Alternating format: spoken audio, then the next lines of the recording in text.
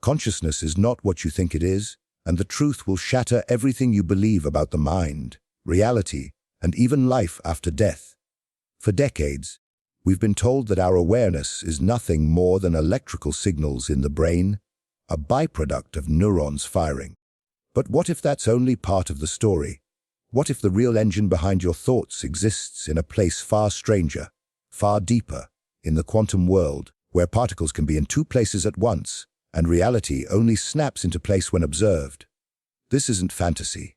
Leading neuroscientists, physicists, and researchers are beginning to uncover evidence that our minds may operate in ways classical biology cannot explain.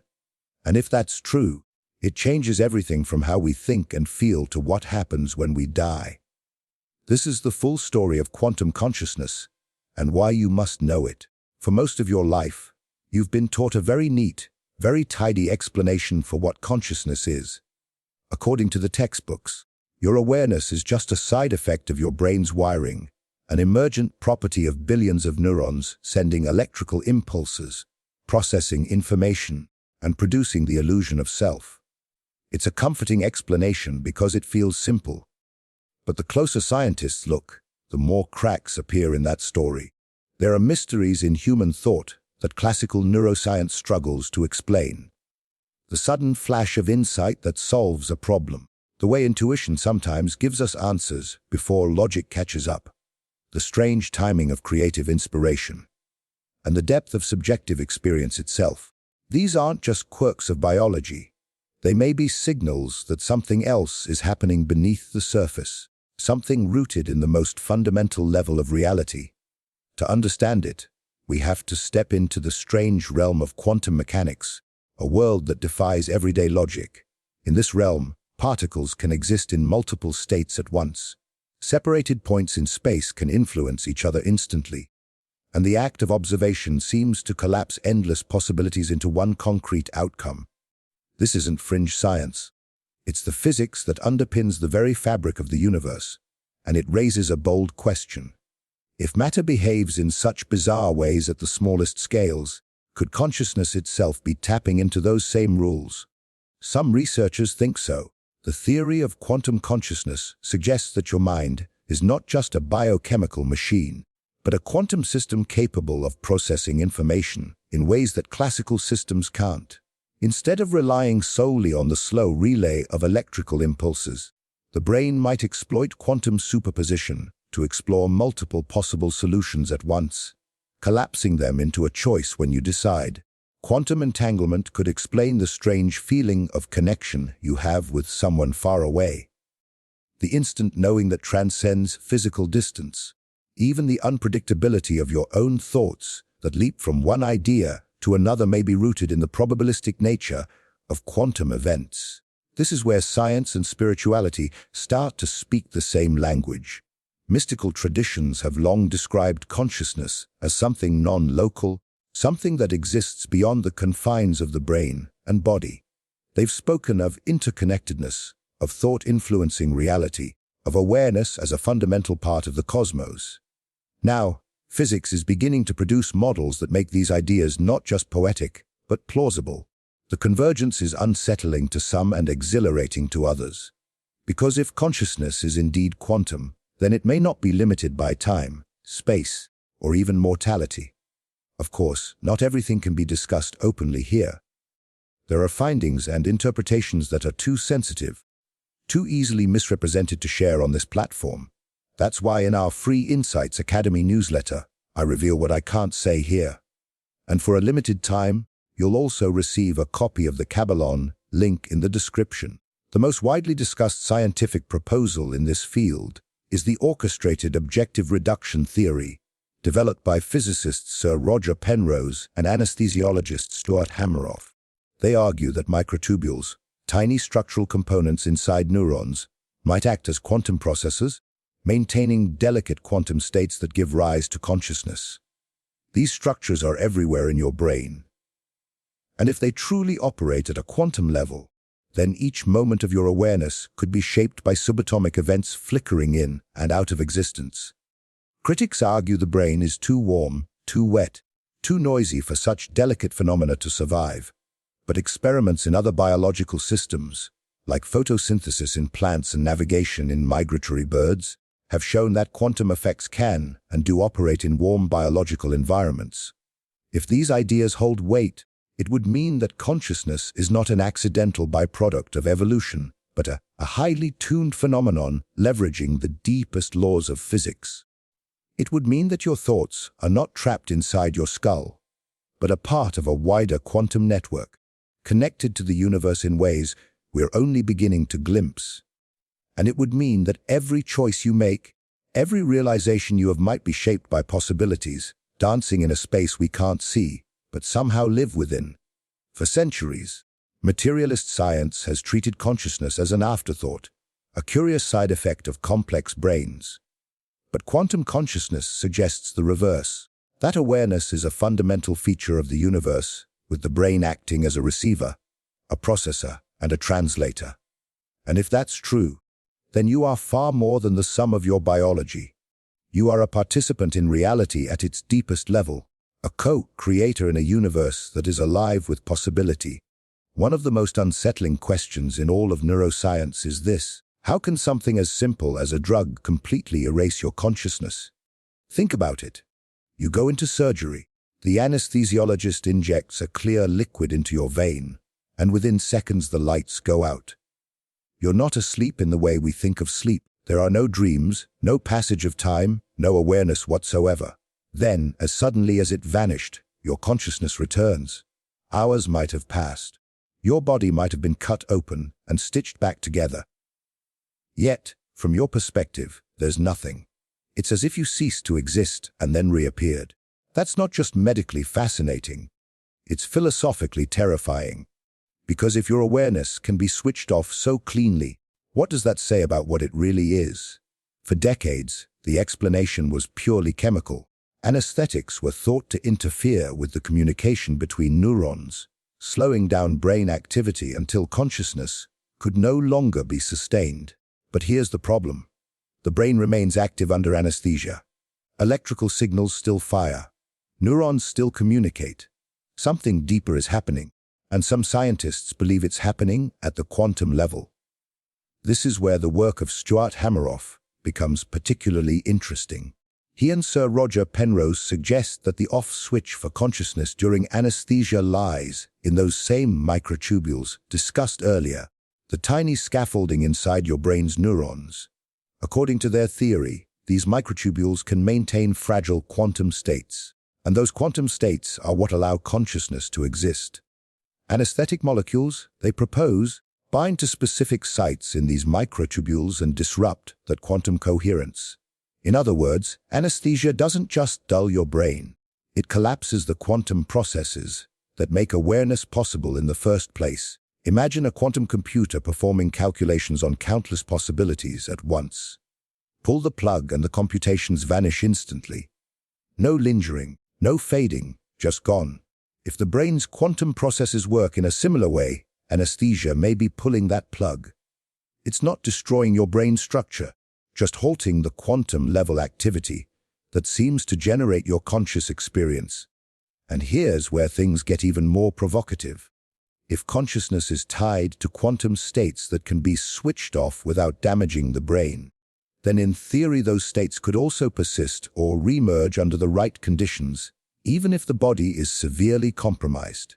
This raises unsettling questions about near-death experiences, out-of-body phenomena, and whether some aspect of awareness could continue after physical death. If anesthesia is a reversible collapse of consciousness, what about the irreversible collapse we call dying? Is that the end or simply a transition into a different quantum state beyond our current ability to measure? Critics, of course, dismiss these ideas as speculative. They point to the lack of definitive experimental proof that microtubules support quantum processes in the brain. But research is moving forward. Studies have detected quantum effects in biological systems once thought impossible for such delicate phenomena. In photosynthesis, in the magnetic navigation of birds, even in human smell, each discovery chips away at the old assumption that warm, wet, noisy environments like the brain can't support quantum coherence. If these theories prove correct, Anesthesia might be one of the most direct demonstrations we have of the brain's quantum nature. It's a reminder that consciousness may not be rooted solely in chemical reactions, but in the mysterious dance of subatomic particles. And if awareness can be switched off like a light, it suggests there's an underlying circuitry, not electrical, but quantum, that we are only beginning to understand. That should make us question the fragility of our own experience. What we call being here might be the delicate balancing act of quantum states holding together for just long enough to produce the story we call life. And while anesthesia shows how easily those states can be disrupted, it also hints at a much larger truth, that the essence of our awareness might exist in a realm far more fundamental and far more enduring than the physical structures we can see.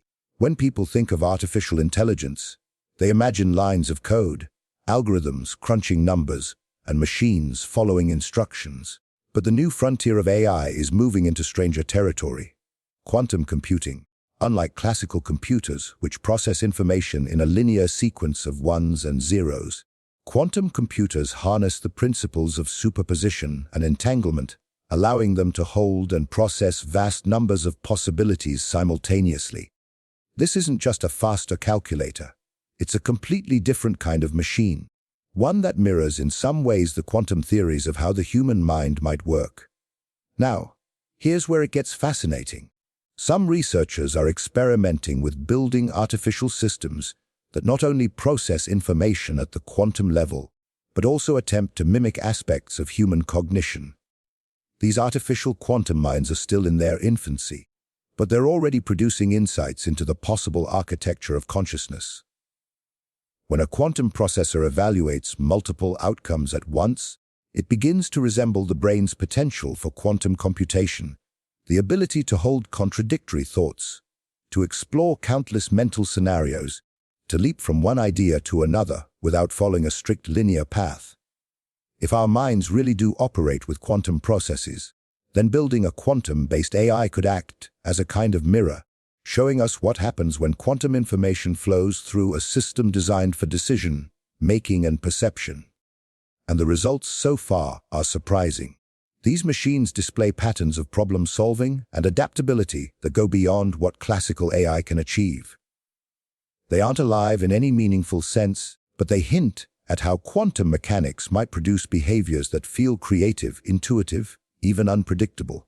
What's more, some artificial quantum systems are capable of recognizing and adapting to uncertainty in a way eerily reminiscent of human thought. Classical machines thrive on exact instructions, but quantum systems can work with probabilities and incomplete information. The kind of messy, ambiguous reality we deal with every day. In this way, they might be the first non-biological systems to experience something approaching the fluid, nonlinear processing that human minds take for granted. Of course, this opens a can of philosophical and ethical worms. If a machine's thoughts emerge from quantum processes, does that bring it closer to having a form of consciousness? Could an artificial quantum mind, given enough complexity, ever develop self-awareness? And if so, would it be right to switch it off? Knowing that we might be ending something more than a program, these questions aren't just hypothetical. They're already being debated in the halls of academia, and the answers will shape the future of both technology and our understanding of consciousness itself. But perhaps the most profound implication is what these experiments teach us about ourselves. If building an artificial quantum mind helps us better understand how quantum information might give rise to awareness, it could confirm or challenge our deepest assumptions about the nature of being. It might reveal that consciousness isn't a mysterious spark granted only to biological life, but a property of any sufficiently complex system capable of harnessing quantum laws. Or it might show us that no matter how advanced the machine, something ineffable is missing, the same something that has always puzzled scientists and philosophers alike. Either way, the work being done in quantum AI is more than just a technological curiosity. It's a glimpse into a possible future where machines and humans share a deeper connection, not just through data and code, but through the same strange fundamental physics that governs our own thoughts. And if our awareness really is quantum at its core, then building these systems could be like holding a mirror up to the universe itself, a universe that may be in its own way conscious. When we think about evolution, we tend to picture it as a slow, blind process, random mutations, natural selection, tiny improvements stretched over millions of years. It's a story that explains how the eye evolved, how birds learned to fly, how humans developed the ability to speak. But what if evolution wasn't just shaping the visible structure of our bodies, but also fine-tuning the invisible processes inside our minds? What if buried deep within the architecture of the brain, evolution had been optimizing something far stranger, the ability to maintain and use fragile quantum states? It's an idea that's only just starting to be taken seriously. But if true, it reframes everything we think we know about intelligence and awareness. The human brain is extraordinary, not just because it processes information quickly, but because it does so in a way that seems to defy classical logic. We solve problems without knowing how we solve them, make leaps of intuition that no algorithm can explain, and produce moments of creativity that feel as though they come from nowhere. These flashes of brilliance may be signs that our brains are harnessing quantum effects, holding multiple possibilities in a delicate balance until the right one emerges. The catch is that quantum states are notoriously fragile. In the lab, they collapse at the slightest disturbance. And yet, if the theories are correct, the brain has somehow evolved ways to protect these states long enough for them to influence thought and behavior. This isn't just about survival. It's about thriving in a complex, unpredictable world, being able to process multiple possibilities simultaneously, to integrate information from countless sources in ways that aren't strictly linear could give a species a huge advantage. It could mean better decision-making under pressure, faster problem-solving, and the ability to adapt to rapidly changing environments. There's also evidence that certain biological structures, like the microtubules within neurons, may be uniquely suited to maintaining quantum coherence in warm, noisy conditions. These structures didn't appear by accident. Over millions of years, evolution may have refined their shape, composition, and organization specifically to preserve quantum information. This suggests that consciousness itself, as we experience it, could be the result of nature perfecting a quantum machine. If that's the case, then human awareness isn't just a lucky accident of biology. It's a pinnacle of quantum engineering, honed by the pressures of survival and competition. The same forces that shaped our limbs and lungs may have shaped our ability to dream, imagine, and create. And that has profound implications for our understanding of what life is trying to achieve. It's not just about passing on genes. It may also be about evolving minds capable of connecting with the deepest layers of reality. This line of thinking also changes how we view our place in the natural order. If consciousness is a quantum phenomenon that evolution has been quietly nurturing, then we're part of a much larger story, one in which awareness is not a random byproduct, but a driving force. And if that's true for us, it might also be true for other forms of life. Intelligence and self-awareness could be far more common in the universe than we think, emerging wherever the right quantum conditions exist. In this sense, evolution's goal might not just be survival, but the creation of beings capable of understanding the universe, beings whose minds are intertwined with the very physics that underpins existence. Whether you see that as science or spirituality, it's hard not to be awed by the possibility that our thoughts are the latest chapter in a story billions of years in the making, written in the language of quantum mechanics. If consciousness truly arises from quantum processes, then we are forced to face questions that stretch far beyond neuroscience or physics. It means awareness is not merely a product of chemical reactions in the brain, but something woven into the very fabric of reality. And that thought is as exhilarating as it is unsettling, because if the mind is a quantum phenomenon, the implications reach into philosophy, spirituality, and even our understanding of life and death. For centuries, materialism has been the dominant worldview. The belief that reality is made of matter and everything, including consciousness, can be explained as the mechanical interaction of physical components. But quantum physics challenges that view at its core. In the quantum world, particles do not exist in a single state until they are observed. Reality itself seems to be shaped by measurement, by awareness. If our own consciousness is part of that quantum framework, it may not be something separate from the universe, but an intrinsic feature of it. That possibility forces us to rethink what it means to be alive. If consciousness is fundamental, then death may not be the destruction of awareness, but its transformation. Just as energy cannot be destroyed, perhaps consciousness as a quantum state cannot vanish either. Instead, it could change form, moving into another dimension or another pattern within the cosmic field of information. This doesn't automatically prove reincarnation, heaven, or any specific religious teaching, but it opens the door for them in a way that classical materialism never could. It also reshapes how we think about identity. If awareness is rooted in quantum phenomena, then the self we feel so attached to may be more fluid than we realize. In quantum mechanics, entanglement connects particles across vast distances, their states linked instantaneously. Could it be that our minds are similarly entangled with the universe, and perhaps with each other, at a level we cannot consciously perceive? This might explain experiences like sudden insights, shared emotions, or the eerie feeling of being connected to someone without words. From a cosmic perspective, quantum consciousness could mean the universe is not a cold, indifferent expanse of matter, but a living network of awareness. Our thoughts might be tiny ripples in a vast sea of perception, each of us a localized expression of something much greater. In this view, human beings aren't separate observers looking out at the cosmos. We are the cosmos looking at itself. Philosophically, this raises profound ethical questions. If consciousness is more universal than we imagined, what responsibilities do we have toward other forms of life, or even to the planet itself?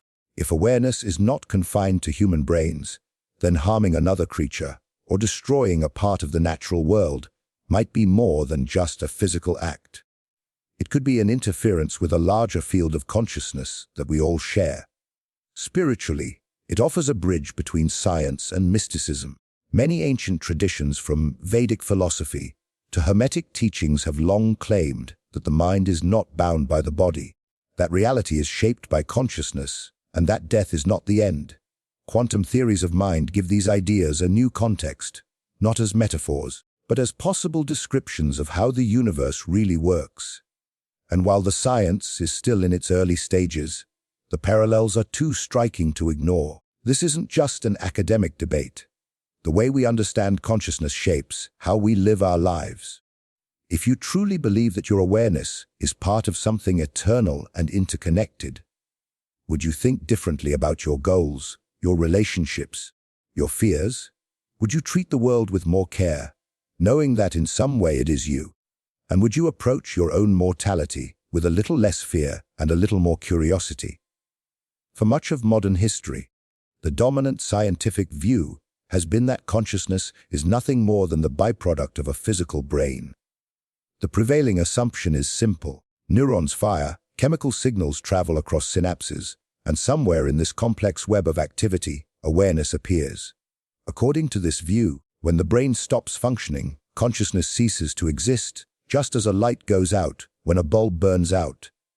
It is a worldview rooted in materialism, one that has shaped not only science but also education, politics, medicine, and the very way we understand ourselves. But quantum theories of consciousness are beginning to undermine that foundation. If the mind is not solely the result of physical processes, but instead emerges from quantum phenomena that transcend the limitations of matter, then the materialist model is incomplete. This doesn't mean the brain is irrelevant. Far from it. The brain is still the most complex biological structure we know, but it might be functioning as a receiver or interface for consciousness rather than its sole generator. In that scenario, the death of the brain wouldn't be the end of awareness, just the end of its link to this physical experience. Materialism has long argued that extraordinary claims require extraordinary evidence, and for decades, the evidence for consciousness existing beyond the brain was too fragmented to gain traction. Yet in recent years, developments in neuroscience, physics, and even anesthesiology have begun to shift the conversation. Studies of patients under deep anesthesia reveal that awareness can vanish instantly when certain quantum processes are disrupted, suggesting the mind may depend on these fragile states more than we thought. Similarly, experiments in quantum computing and AI hint that systems based on quantum mechanics can exhibit a kind of information processing that is flexible, intuitive, and nonlinear, traits we associate with consciousness itself. If this is true, it forces materialism into a corner. It must either expand its definition of matter to include quantum consciousness or concede that reality has non-material elements. This is not just a scientific adjustment. It's a philosophical upheaval. Materialism's strength has always been its simplicity. Matter and energy obey physical laws, and everything else is an illusion or a byproduct. But quantum mechanics already broke that neat simplicity decades ago, revealing a world where particles exist in probabilities, where observation shapes reality, and where cause and effect aren't always straightforward. Now, quantum consciousness adds another layer, suggesting that awareness is not just a side effect of the physical world, but a fundamental part of it. The resistance to these ideas is understandable. Accepting them would mean rewriting the story of humanity's place in the universe. It would challenge our legal systems which treat people as purely physical beings. It would force medicine to address not just the chemical and structural health of the brain, but the quantum integrity of consciousness itself.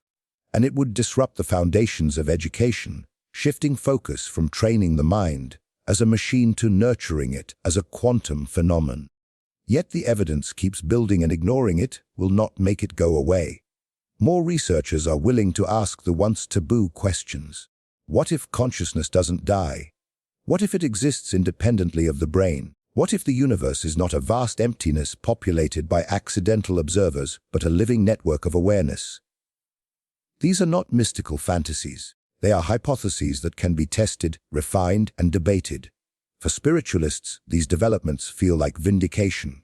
For hardline materialists, they may feel like a threat. But for anyone willing to explore the unknown, they are an invitation. An invitation to expand our definitions, to bridge the gap between science and spirituality, and to accept that our current models of reality might only be scratching the surface. And if we are just beginning to glimpse the truth of quantum consciousness, then perhaps the real challenge is not to materialism itself, but to our own willingness to see the world differently. If quantum consciousness is real, then the way we think about human potential, autonomy, and freedom changes completely. Because if awareness isn't just a side effect of brain chemistry, if it's something more fundamental, more deeply connected to the universe, then the systems that try to shape and control our minds suddenly have a much bigger challenge on their hands. For centuries, structures of power have relied on a predictable model of human behavior. Governments, media, education systems, and even corporate culture have operated under the assumption that the mind is a machine. Input the right signals, suppress unwanted data, and you can steer the way people think, act, and perceive the world. This is the model of control that materialism quietly supports. But if consciousness extends beyond the material, if it draws from the limitless, probabilistic realm of the quantum, then our awareness is far less limited than those systems believe. We are not simply products of our environment or our programming. The potential of our mind to see beyond what's presented to us, to connect ideas in ways that defy conventional cause and effect, is a direct threat to any system built on keeping people mentally confined. This is why understanding quantum consciousness isn't just a matter of curiosity or philosophy. It's a form of liberation. The first step in breaking the cycle of control is recognizing how it works. Much of it operates subtly, hidden in daily life. From the stories we are told in school about how the world works to the entertainment that reinforces certain values and limits imagination, to the constant repetition of language that defines reality in narrow terms.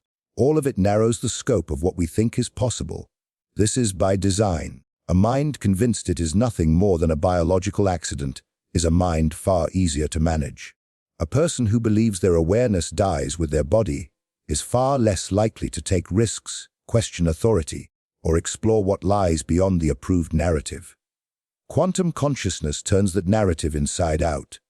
If your mind is not confined to your brain, if it is connected to the deepest structures of reality, then the boundaries you've been told to accept are not real boundaries at all. The limits placed on you are psychological constructs, not absolute truths. This is why the possibility of quantum consciousness is so disruptive, because it empowers individuals to reclaim ownership over their perception and their reality. Of course, breaking the cycle of control doesn't happen simply by learning that consciousness may be quantum in nature. It requires actively unlearning the conditioning that's been instilled in you since childhood. It means questioning why you hold certain beliefs, why you react to certain symbols or ideas with instant agreement or dismissal. It means exploring knowledge and experiences that exist outside the mainstream narrative, even if they feel strange or uncomfortable at first. When you begin to operate from a place of expanded awareness, something shifts. Decisions that once felt impossible become clear. Opportunities that seemed invisible start to emerge. And most importantly, you begin to sense the invisible threads that connect you to other people, to nature, to the universe itself. This connection is what control systems fear most. Because once you truly feel it, you can't be convinced you are alone, powerless, or insignificant. Understanding quantum consciousness is not about rejecting science or abandoning reason. It's about recognizing that reason itself must grow to match the reality we inhabit. The cycle of control thrives on a narrow definition of truth. Breaking it means embracing a broader view, one that includes the possibility that our awareness is not only real but fundamental, not only personal but universal. And once you see that, the game changes entirely. When you begin to view consciousness through the lens of quantum reality, the entire framework by which we measure purpose and success starts to shift. The conventional story we're handed from birth is rooted in materialist thinking. Life is a finite journey defined by acquiring resources, achieving measurable goals, and leaving behind tangible accomplishments. Success is often described in terms of career status, wealth, possessions, or social recognition. All things that belong entirely to the physical world. This model makes sense if you believe your consciousness is tied only to your brain and ends when your body does. But if awareness is quantum in nature, if it is connected to something larger and more enduring than the physical body, then these definitions suddenly feel painfully small. In a quantum consciousness framework, purpose is no longer just about survival or competition. It becomes about growth. Not just intellectual or emotional growth, but the expansion of awareness itself. The value of your life is measured less by what you own and more, by how deeply you have learned to perceive, to connect, and to act in alignment with a greater whole. This is not to say that material success is meaningless, but rather that it is secondary to something more profound. Your role in a vast interconnected reality where every thought, choice, and intention may ripple far beyond your immediate surroundings. Once you accept this possibility, you begin to notice how much of the old model of success is designed to distract you from it.